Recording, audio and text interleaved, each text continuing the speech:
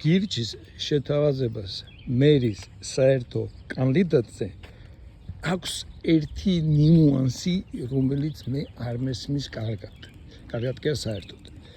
ეს არის კარგი ბატონო დათანხმდა მავანი ღირსეული პიროვნება, გამოყენებული იქნას მისი იმიჯი.